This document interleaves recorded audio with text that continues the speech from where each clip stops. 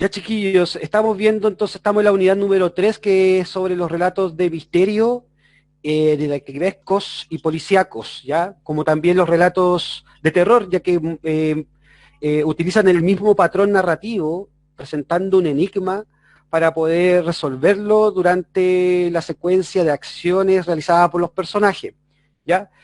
Hace un tiempo nosotros hablamos sobre el tiempo de la historia, donde el tiempo de la historia no solamente se entiende como el orden cronológico en que se presentan las acciones, sino que también cómo el autor dispone de este tiempo y dispone de los acontecimientos para irlos presentando al lector, ¿ya? En la clase pasada hablamos de la anacronía, que la anacronía consiste en estos movimientos temporales que los personajes realizan, ya sea para explicar algo que ya pasó o para explicar algo que podría pasar.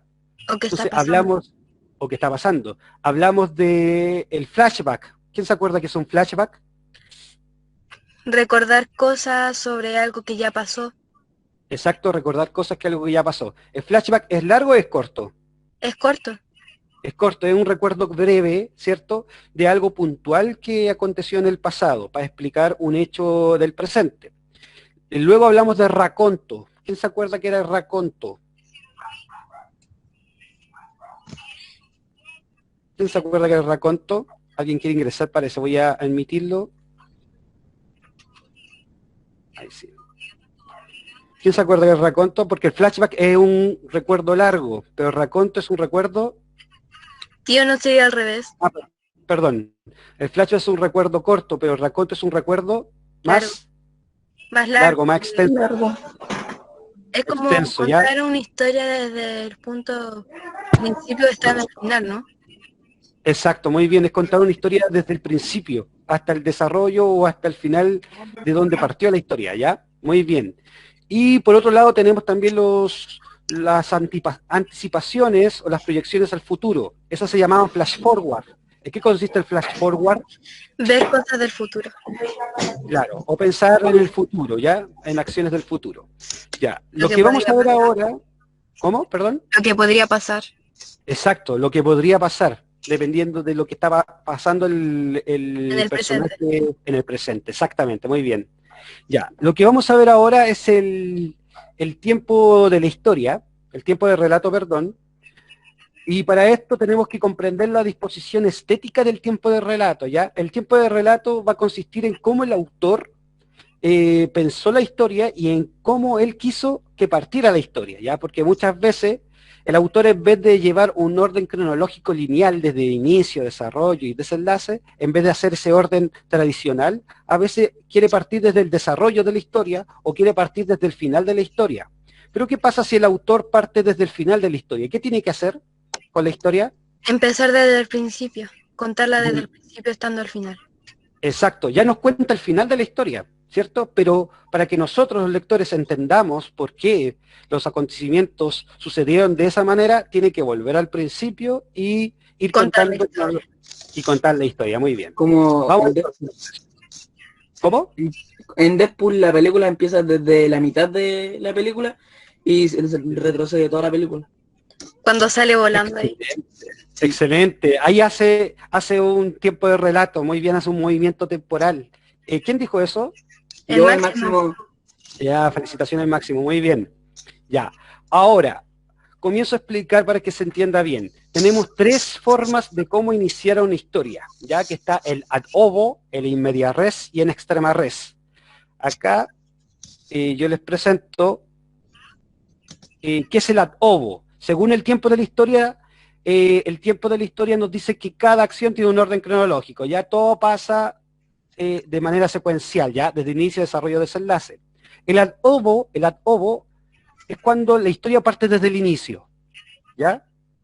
Parte desde el inicio. Ad ovo significa, en latín, desde el huevo, ¿ya? Desde el principio de la historia. Es decir, esta historia sigue un orden cronológico lineal, ¿ya? Las secuencias de acciones narrativas son explicadas desde el inicio al desarrollo y luego hasta el desenlace, ¿ya? Esto es lo tradicional. Por eso está la flechita roja de manera así constante, ¿ya? No está partida, no tiene ninguna flecha, a no ser que está en el final, ¿ya? Ya es muy similar al tiempo de la historia, porque el tiempo de la historia es el orden cronológico, pero el tiempo del relato sigue el mismo orden cronológico de los acontecimientos, ¿ya? ¿Qué significa entonces ad ovo? Que empieza desde el principio. Empieza desde el principio, ¿ya? No hay ninguna variación. Como Seguimos el con el... cuento, ¿Cómo? como el cuento en sí o la leyenda que estamos leyendo. Exacto, muy bien. Los cuentos generalmente parten así, parten con ad ovo, ¿ya? Cuando dicen érase una vez en la antigua Grecia, por O ejemplo, y hace mucho tiempo. claro, empieza con ad ovo. A ver, ¿qué libros están o qué ejemplos tenemos aquí de ad ovo que ustedes ya leyeron? Por ejemplo, Interworld, que ustedes lo leyeron a principio de año, está desde ad ovo, ¿ya? Porque ahí comienza la Mi historia de Principito. Jane. Mi ¿Ah? Principito también lo leímos, Mi Principito. Ah, claro, El- también. El Principito estaría como en in media res. De ahí lo voy a explicar por qué. Interworld está en ad ovo, comienza desde el principio cuando Jake comienza a decir que él es desorientado, que es fácil para él perderse, y de repente aparece un ser extraño, A mí y me el tipo, gustó más Mi Planta de Naranja Lima. Fue más interesante para mí al menos. es bueno mi planta de naranja lima también, y también está contado en ad ovo, entonces, porque CC comienza a explicar la historia de su vida, ¿ya? Pero desde el principio, ya no nos dice que él ya es grande, sino que empieza, yo soy CC y dicen que yo soy malo, mi mamá siempre me pega, a mí siempre me cuidó mi hermanito porque los hermanitos mayores tenían que cuidar al hermanito menor, y así sucesivamente, y un día conocí una planta naranja lima, y comienza a contar toda la historia en orden cronológico hasta el final. Y se nota que el cuento, cuando lo está contando, se trata de ya tiempo pasado, de como 1900 y algo. Exacto. Se nota la variación temporal. Sí. Ya, seguimos. Muy bien, Indira. Ahora, tenemos en segundo lugar in media res. Ya, in media res significa que el relato comienza en un momento ya avanzado de la historia. Aquí podemos ver la flechita que es del tiempo, que la flechita azul, que es del tiempo de la historia, es el orden de las acciones cronológicas, ¿ya? Pero acá tenemos el tiempo del relato. In media res comienza desde el desarrollo, ¿ya? Desde el desarrollo. Pero ¿qué pasa cuando una historia comienza desde el desarrollo? Entonces se tendría que contar desde el principio otra vez. Claro, tiene que empezar obviamente desde el principio, de nuevo, tiene que regresar, tiene que hacer un raconto que se extensa. Regresar como en el tiempo para contar lo que viene antes para que los otros puedan así saber lo que está pasando ahora mismo. Exacto, muy bien, muy bien. La historia del Principito estaría contada, podría ser en in media res, ya cuando el aviador conoce al Principito, el Principito le empieza a explicar su historia y por qué está en el planeta Tierra, ¿ya? Y le dice, yo estoy en el planeta Tierra porque quería buscar amigos y viajé por muchos asteroides y conocí a estos personajes hasta que llegan al presente, ¿ya? ¿Se entiende, no? Sí, profesor. Entonces, in media res, ¿qué significaba? Que empieza desde el desarrollo. Empieza. Empieza desde el desarrollo de la historia, pero tiene que ir después. Retrocediendo para poder contar lo demás y los otros entiendan. Exacto, muy bien, excelente. Eso sería in media res. ¿Tenemos algún ejemplo de in media res? La Odisea, que ustedes ya también lo leyeron, comienza también desde la mitad. Ya comienza desde Telémaco, cuando Telémaco sale de Ítaca a buscar a su padre Odiseo. Odiseo, acuérdense que estaba perdido ya 20 años en el océano. No sabían en Ítaca si él estaba muerto, si él estaba vivo, nadie sabía nada de Odiseo. Entonces su hijo, Telémaco, sale de Ítaca a buscar a su padre, porque necesitaba que él llegara a su casa, ya que los pretendientes que querían casarse con su mamá querían apoderarse de su reino y necesitaba a su rey en el reino. Entonces Telémaco sale a buscar a su padre y comienza desde ese momento la historia. Y cuando Telémaco sale a buscar a su padre, a nosotros después hacen un raconto y nos comienzan a contar la historia de Odiseo y cómo parte Odiseo a Troya, cómo se le ingenia con el caballo de Troya para poder entrar a la ciudad, cómo la dejan devastada y cómo también desafía a los dioses y todo lo demás que le pasa. Tío, ¿Ya? Tío, Dígame. no sé lo que pasó con los demás, pero a mí al menos se me hizo difícil leer la historia ya que empezaba desde un principio, pero no contaba bien ese principio para seguir adelante, sino que lo contaba con muy antiguo, o sea, con rima o cosas así, que a Ah, mí me claro, claro. confundían un poco y decía nombres que algunas veces no decía quién era o qué Claro. significaba y por eso se me hizo muy difícil leerlo. Claro, el tiempo de relato en in media res es más complejo de entender, ¿ya? Porque ya comienza la historia con una historia avanzada, pues, ya nos empiezan a encontrar lo que ya pasó. Entonces nos presentan los personajes como que nosotros ya los conociéramos, y no es así, pues. Entonces cuando hace el retroceso, cuando hace el raconto hacia el pasado, ahí recién nosotros nos vamos enterando quiénes son los personajes. Pero cuando parte la historia desde el medio, nosotros no los conocemos, no sabemos por qué están ahí, no sabemos cuáles son sus motivaciones, no sabemos el conflicto de la historia, nada. Entonces, por eso nos hace al principio muy complejo entender, ¿ya? El Cantar del Niño Cid también está contado en media res, ¿ya? La historia de Rodrigo Díaz de Vivar, el caballero que fue desterrado por su rey porque lo acusó de traición y él, para poder remediarlo, Vale. conquistó todos los terrenos moros que existían en ese momento y se lo obsequió a su rey, ¿ya? ¿Se acuerdan de esa historia, ya? Ya, y avanzamos. Este es el último. In extrema res. Aquí ya nos vamos al extremo, ¿ya?